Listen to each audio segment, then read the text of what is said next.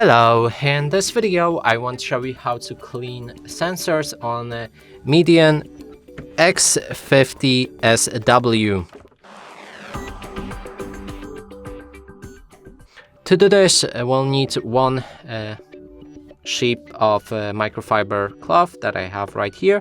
You can try using something else, but I wouldn't use any paper since it could scratch the sensors.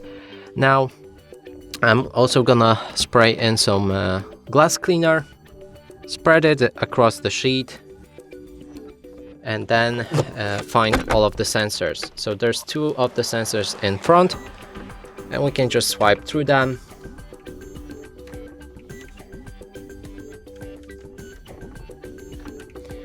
Then we can put our robot upside down, and there's 1, 2, 3, 4, 5, 6 different sensors that we can also clean with the same sheet.